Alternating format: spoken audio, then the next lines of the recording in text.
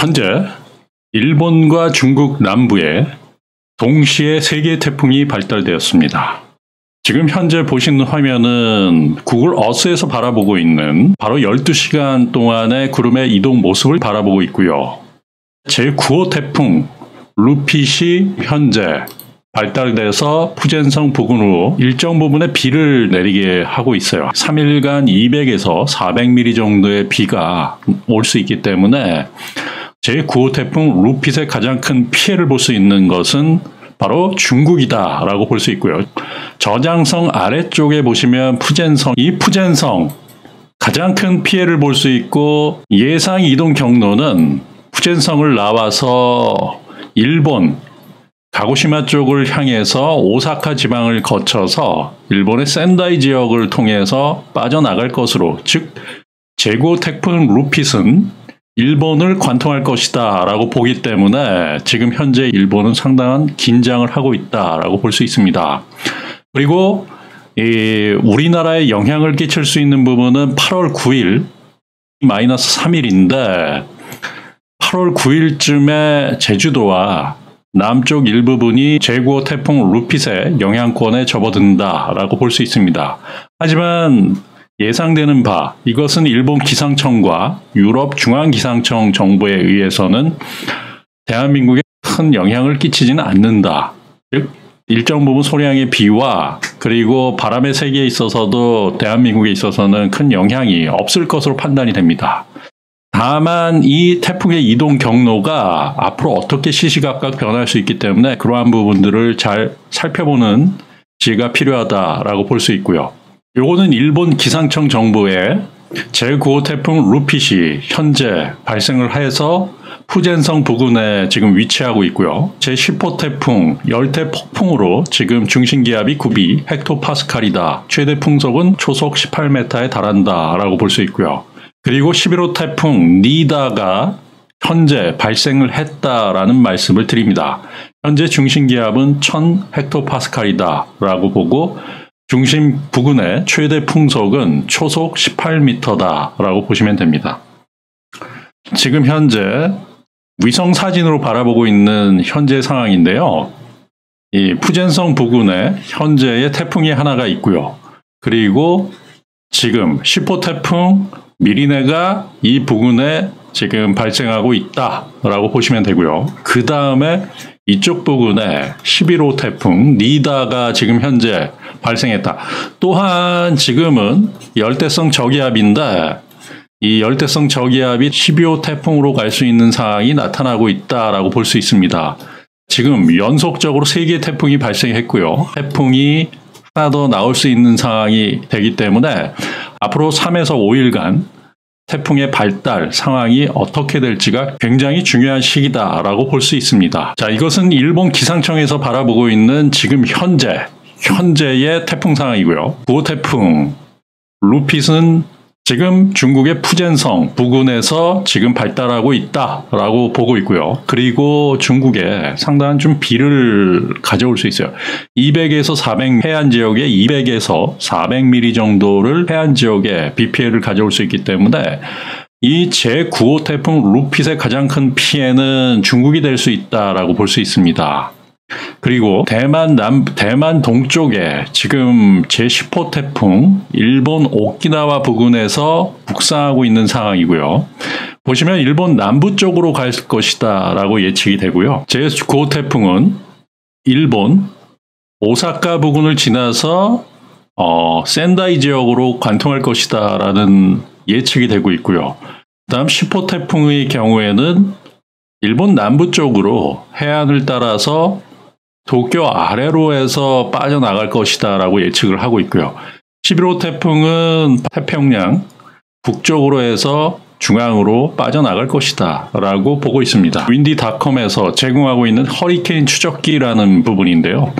제9호 태풍 루핏의 움직임. 루핏은 지금 중국 푸젠성 부근에서 중국 내륙을 지금 통과하고 있다. 제10호 태풍 미리네의 경우에는 지금 타이베이, 대만 동쪽, 오키나와 부근을 지금 지나고 있다. 그 다음 11호 태풍 니다의 경우에는 일본 동쪽 부근에서 지금 형성돼서 앞으로 태평양 쪽으로 빠져나갈 것이다. 일본 내륙에는 피해를 주지 않을 것이다 라고 보고 있고요.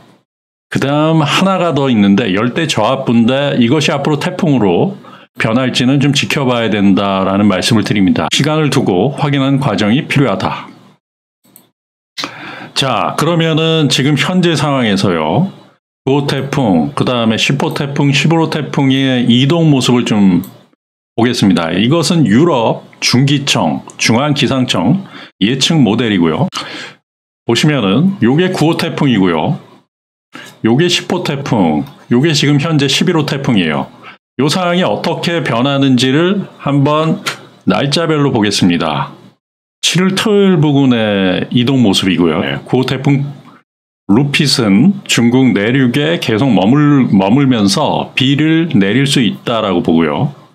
그리고 10호 태풍은 상당한 부분들을 이동을 했다라고 봅니다. 화살표로 보면 이런 식으로 이동이 됐죠. 이동한 부분들이 보이고요. 10호 태풍의 경우에는 일본, 도쿄 아래로 지금 이동해 있는 상황이고요. 11호 태풍은 지금 이미 북상해가지고 사라진 부분들이고요.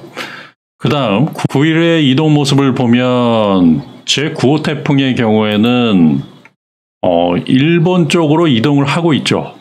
또 제10호 태풍은 일본 남부 쪽을 빠져나가고 있다. 즉 전일과 조금 달라진 부분은 10호 태풍 역시도 도쿄 지방을 태풍의 눈이 지나지는 않고 있을 것이다 라고 바라보고 있어요. 그리고 10일의 경우 태풍은 일본 가고시마 쪽을 향해서 오사카 쪽을 향해 가고 있다. 이미 10호 태풍은 북상해서 사라진다 라고 보고 있고요. 그 다음 11일을 보면 태풍은 오사카 지역과 센다이 지역을 관통해서 빠져나갈 것이다. 즉 9호 태풍이 일본에 가장 강력한 영향을 줄 수 있다라고 봅니다. 하지만 대한민국 쪽에서는 보시면 제주도 지역도 큰 피해를 주지는 않을 것으로 보고요. 그리고 광주와 부산 지역 역시도 태풍의 피해가 거의 없지 않을까라고 보고 한 시원한 바람 정도가 아마 나타나지 않을까라고 보고요. 일정 부분 이것과 관련돼서 비 피해도 없을 것이다 라고 예측하고 있습니다. 이것은 세계 1위 예보 모델 유럽 중앙청 예보 모델을 바탕으로 해가지고 만든 부분입니다. 강우량에 대한 이야기를 드려보겠습니다. 이 태풍에서 가장 큰 피해는 바람과 그 다음 강우 피해가 있을 수 있죠. 보시면 앞으로 3일간의 피해에서 가장 위험한 거는 중국이에요. 중국. 제9호 태풍 루핏의 가장 큰 피해를 받을 수 있는 부분들은 중국이다.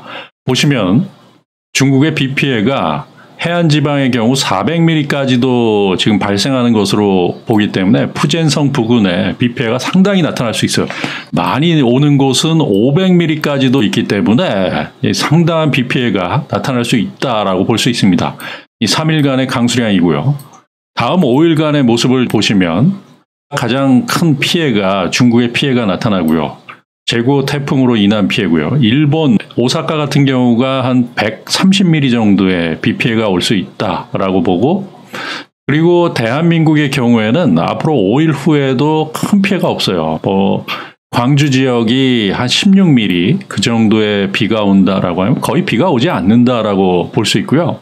이게 5일간의 누적 강수량을 예측하는 부분이기 때문에 우리 대한민국의 경우에는 거의 피해가 없다라고 볼 수 있는데 대한민국 쪽에 영향을 줬을 때 기상이변, 상승 기류에 의한 천둥과 번개 쪽에 뇌우 피해가 있을 수 있기 때문에 앞으로 그러한 부분들을 관심을 가지고 보는 게 필요하다라는 말씀을 드립니다. 지금 제9호 태풍의 경우에는 중국에 가장 큰 피해를 줄 것으로 예상이 되고요. 일본은 비에 대한 피해는 그다지 크지 않지만 바람에 의한 피해가 좀 많이 나타날 수 있다. 즉 세 가지 태풍이 지금 형성이 됐는데 이 세 가지 태풍에 대한 추적을 계속적으로 말씀드리겠습니다. 앞으로도 태평양 쪽에서 발생하는 열대 저압부, 그 다음에 그 태풍의 움직임을 계속 추적해서 대한민국 국민이 태풍의 피해를 최소화하도록 하는 게 저의 목적입니다. 지금 해소는 28도에 달하는 기온이기 때문에 열대성 저기압이 발생할 가능성이 굉장히 커요. 앞으로도 계속적으로 태풍과 기상이변에 관련된 추적을 통해서 여러분들에게 양질의 정보를 제공할 것을 약속드리고요. 대한민국 국민들이 피해가 가지 않도록 노력하겠습니다. 감사합니다.